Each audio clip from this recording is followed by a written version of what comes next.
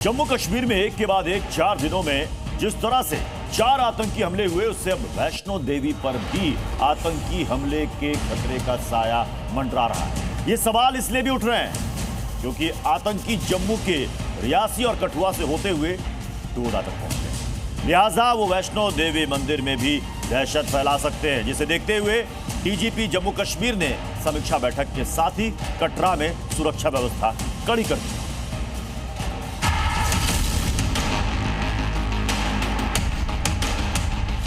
जम्मू कश्मीर में पिछले 4 दिनों में हुए 4 बड़े आतंकी हमले के बाद अब क्या वैष्णो देवी पर आतंकी खतरे का साया मंडरा रहा है? क्या गुटों में बटे आतंकी कठुआ और डोडा के बाद अब कटरा की तरफ कूच कर गए हैं? क्या सुरक्षा बल से बचने के लिए आतंकियों ने अपना रूट बदलकर कटरा की तरफ मोड़ लिया है? ये सवाल इसलिए भी उठ रहे हैं क्योंकि जम्मू कश्मीर के डीजी आर स्वैन आज कटरा के दौरे पर हैं, जहां उन्होंने सुरक्षा व्यवस्था का जायजा लिया और समीक्षा बैठक की। प्रशासन की मुस्तैदी से साफ है कि वैष्णो देवी में आतंकी हमले के खतरे का साया है, लिहाजा सुरक्षा को कड़ा किया जा रहा है। अनसाए आतंकियों को यहाँ मदद भी मिल रही है, जिसका टूल डिकोड हो गया है। पुलिस के पास आतंकियों के मददगारों की पुख्ता जानकारी है, लिहाजा अब उनके खिलाफ भी सख्त कार्रवाई की तैयारी है। ये जो एफर्ट है, ये जो इनकी पुश है, ये जो इनकी धक्का है, ये धक्के के सामने हमारा रिस्पांस जो है, हम अपना रिस्पांस बना रहे हैं। टेररिस्ट हमारे सामने खड़े हो जाते हैं बंदूक लेकर मरने के लिए और मारने के लिए, तो हम भी अपने हिसाब से इसको तैयारी कर रहे हैं।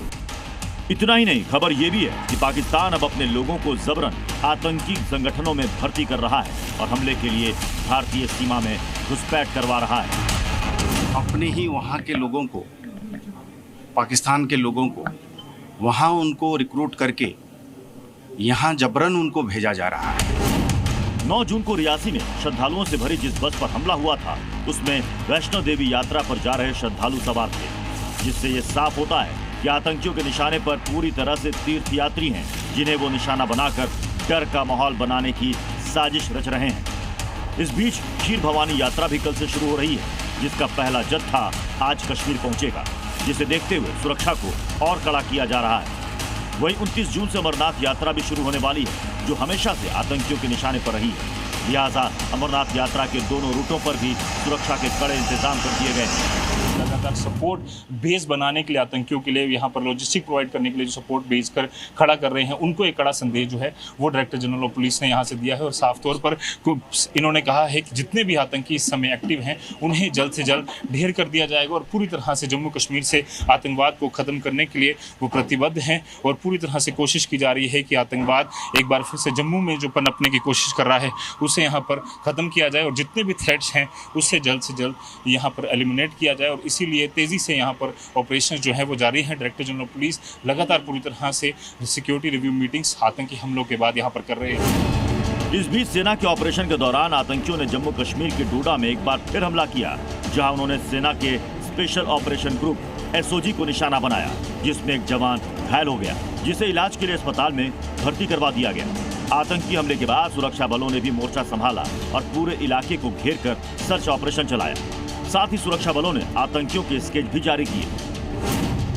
सेना ने हमले में शामिल 4 आतंकियों के स्केच जारी किए। आतंकियों की जानकारी देने पर 5 लाख का इनाम देने का ऐलान भी किया। इन आतंकियों के भद्रवाह थाथरी इलाके में छिपे होने की आशंका है। इस बीच फारूक अब्दुल्ला ने एक बार फिर पाकिस्तान की हिमायत करते हुए दावा किया कि आतंकवाद को सेना के ऑपरेशन से खत्म नहीं किया जा सकता और इसके लिए दोनों देशों को मिलकर बात करनी होगी।